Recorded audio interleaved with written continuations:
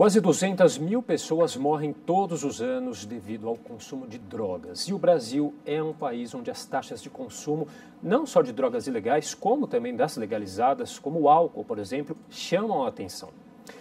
Para falar sobre o uso e a prevenção de drogas, eu recebo agora a professora Zila Sanches, do Departamento de Medicina Preventiva da Unesp e também integrante do Comitê Internacional de Diretrizes de Prevenção do Escritório das Nações Unidas para Drogas e Crime.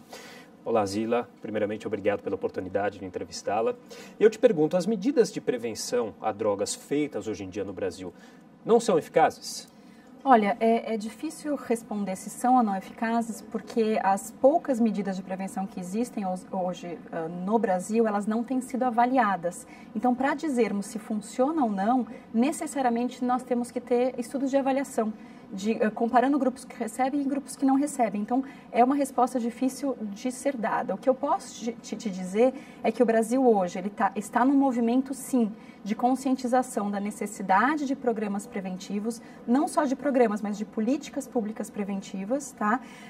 E este movimento é um movimento que vai de encontro àquilo que tem sido buscado internacionalmente, mas ele ainda é muito pequeno, então ele precisa ser melhor elaborado, ele precisa ser melhor estruturado e avaliado. Então é isso que a gente precisa fazer hoje no Brasil, trazer programas e políticas públicas eficazes que têm mostrado resultado internacional, adaptar para a realidade brasileira e avaliar se no Brasil o efeito é o mesmo que tem sido obtido em situações, em contextos internacionais. E quais são as principais características desses modelos internacionais que deram certo? Tá. Então, o que sabemos hoje é que existem quatro grandes eixos de prevenção, tá? Então, seria o primeiro deles, o eixo ambiental, que é baseado em políticas públicas. Então, por exemplo, para o álcool, todo o controle ambiental de venda, não venda para menores de idade, tudo isso é prevenção, tá? E a gente tem que considerar a questão das propagandas. Então, esse é um eixo. E existe aquilo que nós chamamos de programas de prevenção, que podem ser implantados em 3 outros eixos: família, escola e comunidade. E cada um deles tem algumas características particulares de acordo com o eixo em que está sendo implantado. Em escolas, por exemplo, o que os estudos internacionais têm mostrado hoje? Que os programas mais eficazes são aqueles que não só trabalham informação sobre drogas, mas principalmente trabalham habilidades de vida. Ou seja, trabalham aspectos do cotidiano do adolescente, formas de lidar com as diferentes questões de vida que surgem, que vão, de alguma maneira, permitir que ele lide com a sua vida de uma maneira mais saudável. Então, que trabalhe perspectiva de futuro, habilidades de comunicação, a pressão do grupo, como reagir a uma pressão do grupo, como identificar a pressão do grupo, enfim, como pensar numa vida, naquilo que eu espero da minha vida. Então, é necessário trabalhar habilidades de vida além de informações sobre drogas. E como que se faz isso em escolas? Através de programas sistemáticos. Então, não são palestras isoladas, palestra de profissional de saúde, palestra de ex-usuários, que vão ali e que muitas vezes eles trazem informações sobre drogas que, dependendo da forma como elas são colocadas, elas podem, inclusive, aumentar o consumo, por terem despertado o interesse, despertado a curiosidade. Então, dependendo da forma que isso é trazido, pode sim despertar a curiosidade. O que esses programas querem? Eles querem fortalecer a conduta do jovem para que ele faça escolhas saudáveis em sua vida e não simplesmente contar para ele de maneira passando medo ou terror de que o efeito de tal droga é dessa forma ou outra forma, tá? Então, dependendo até da maneira como é feita essa medida de prevenção, ela pode ser até prejudicial. Exato. Então, isso é um dos conceitos que a gente precisa ter muito claro. Então, não é porque eu tenho a boa intenção de fazer um programa de prevenção que efetivamente ele vai funcionar. Ele pode não só não funcionar, que inclusive a maior parte deles não tem efeito nem positivo nem negativo, mas ele pode também ter um efeito negativo, ou seja, a minha intenção era reduzir o consumo, mas eu acabo aumentando o consumo. Isso pode acontecer sim. E a gente tem que estar atento para isso. Dependendo de como esses programas são elaborados, se eles não seguem o que nós chamamos de teorias de prevenção, todo um modelo lógico de prevenção, eu posso estar ofertando algo que vai prejudicar ao invés de proteger. E isso não é o que nós queremos. Né? Agora, essas medidas teóricas, todas essas diversas medidas que você levantou aqui, não me parece nenhum bicho de 7 cabeças. A questão está mais quando vai isso para a prática, a falta de vontade política. Será? Eu acho que é uma soma de fatores. Não existe um fator único que contribui para o estado em que nós estamos hoje ainda nas nossas questões preventivas. Um grande aspecto é sim a questão política. Então, hoje as escolas elas não se sentem obrigadas ou nem se sentem tocadas à necessidade de prevenção como parte do currículo. Então, como que as escolas reagem? Como elas têm muita coisa para ofertar, os professores estão super sobrecarregados e tudo mais, claro que ao trazer alguém para dar uma palestra pontual sobre drogas em um momento do ano, é claro que isso acaba sendo mais confortável, né? Mas, então, seria preciso existir um modelo que fizesse parte de uma política pública que exigisse que essas escolas tivessem programas como parte do currículo. Então, seriam workshops regulares, sistemáticos, como parte do currículo, para desenvolver as habilidades nesses jovens. Tá? Algumas questões poderiam ser trabalhadas até desde a primeira infância? Diversas questões poderiam começar na primeira infância. Isso tanto na escola quanto na família. Então, por exemplo, na família, uma das principais formas preventivas é que os pais se conscientizem que desde a primeira infância, dos seus 7, 8, 9 anos de idade, dos seus filhos, eles se posicionem em relação ao consumo de álcool. Tá? Então, é fundamental eles deixarem claro para aquela criança que é uma bebida que não se destina à criança, explicar para a criança que esses pais não aprovam esse consumo pelo filho adolescente, filho criança, tá? Em termos de escola, é possível sim a escola trabalhar com essas habilidades desde a primeira infância. É claro que você não vai falar de droga, falar de efeito de droga com uma criança de 7, 8 anos. Porém, você pode, desde a primeira infância, desenvolver, por exemplo, limites. Então, existem programas internacionais que trabalham com limites. E esses limites têm, sim, eles são fatores de proteção ao uso de drogas na adolescência e idade adulta, mas que são colocados em prática desde a primeira infância.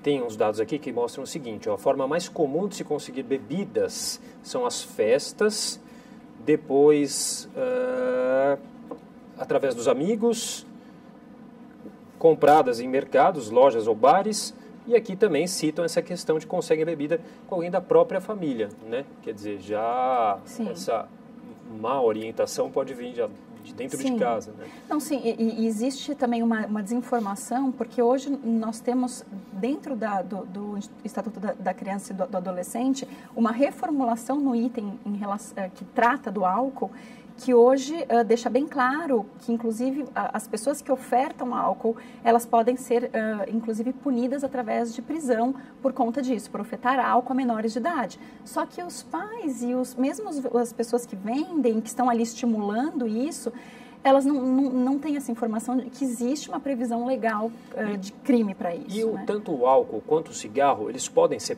porta de entrada para outras drogas ilícitas mesmo? O que a gente costuma dizer, esse termo porta de entrada é um termo bem polêmico. A gente não usa mais hoje, por quê? Porque dá a sensação de que todo mundo que experimenta o álcool ou de que fuma um cigarro vai se tornar um usuário de uma droga ilícita. Essa lógica do álcool para a droga ilícita, ela é furada, porque a maior parte das pessoas vai só ficar no álcool e no tabaco, tá? Só que se eu olhar o contrário, isso faz sentido, ou seja, entre aqueles que estão usando hoje cocaína, crack, por exemplo, eles têm uma história de uso de drogas ilícitas primeiro, então de ter se intoxicado com álcool, de ter fumado, então eles passaram anteriormente, inclusive por inalantes, então inalante também, lança, loló, cola, são drogas que são consumidas anteriormente ao consumo de crack e cocaína. Mas o inverso eu não posso te dizer, ou seja, que os usuários de álcool vão se tornar usuários de crack? A maioria não. E agora, só pelo fato de a pessoa se tornar uma viciada, tanto no tabaco quanto no álcool, já é grave, mesmo que ela não vá para as drogas ilícitas, né? Exato. A gente já sabe que o número de adolescentes que morrem decorrentes do uso do álcool, né, e do tabaco também é grande, né? Esse é um outro ponto muito importante. em geral, a gente dá muita luz ou muita ênfase à questão do crack, à questão da cocaína, e esquece que o maior dano social hoje, do ponto de vista de droga, no Brasil é causado primeiro pelo álcool e em seguida pelo tabaco. Então, o álcool, o abuso, e nem digo só a dependência, o abuso de álcool, o beber, o ficar bêbado e praticar diversas coisas enquanto você está intoxicado, se acidentar, enfim, atropelar outras pessoas, várias coisas acontecem enquanto você está intoxicado. E não é pelo crack e pela cocaína. Então, é preciso que políticas públicas sejam, não só elas precisam ser aprimoradas, mas elas precisam ser colocadas em prática, efetivadas, para que nós primeiro protejamos a nossa sociedade do abuso de álcool e de tabaco e, no segundo momento, a gente realmente dê um olhar para as drogas ilícitas que contribuem com menos casos de danos sociais do que o álcool.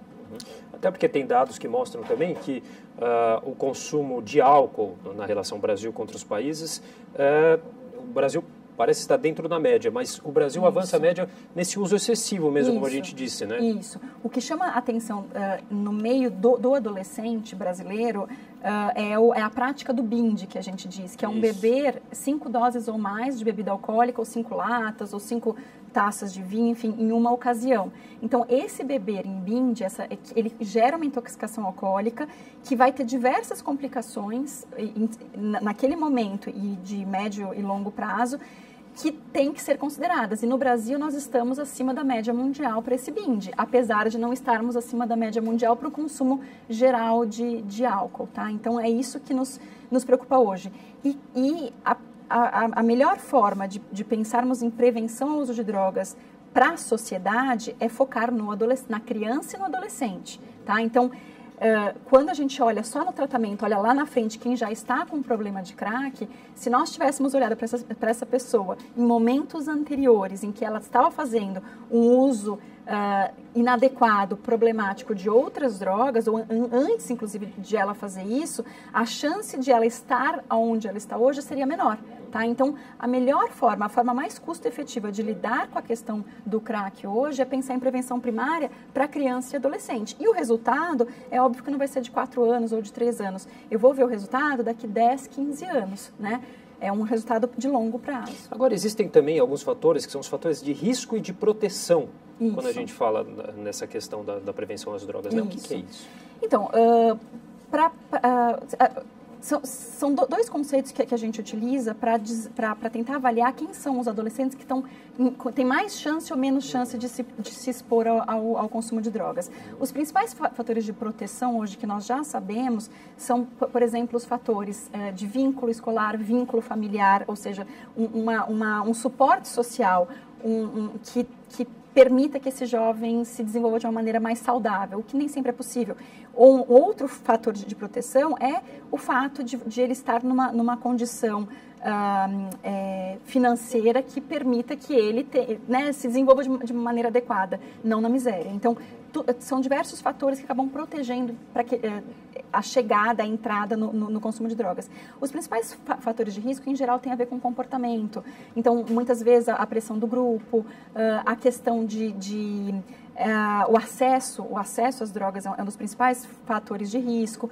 E também outros fatores, por exemplo, de traços individuais, então, traços de ansiedade, de depressão, alguns traços que nós chamaríamos de personalidade ou traços psiquiátricos que podem contribuir para que esse jovem busque, inclusive, as drogas como uma forma de automedicação, tá? Mas são centenas de fatores de risco e proteção e todos eles estão muito associados ao estilo de vida desse jovem e então o que ele é, né, a personalidade, o que está em volta dele e aquilo que a sociedade poderia estar ofertando para ele, como, por exemplo, o controle social das drogas. Um pouquinho de tudo que a gente conversou, né? Zila, nosso tempo já chegou ao final, mas eu queria agradecer demais sua participação aqui no nosso jornal. Obrigada.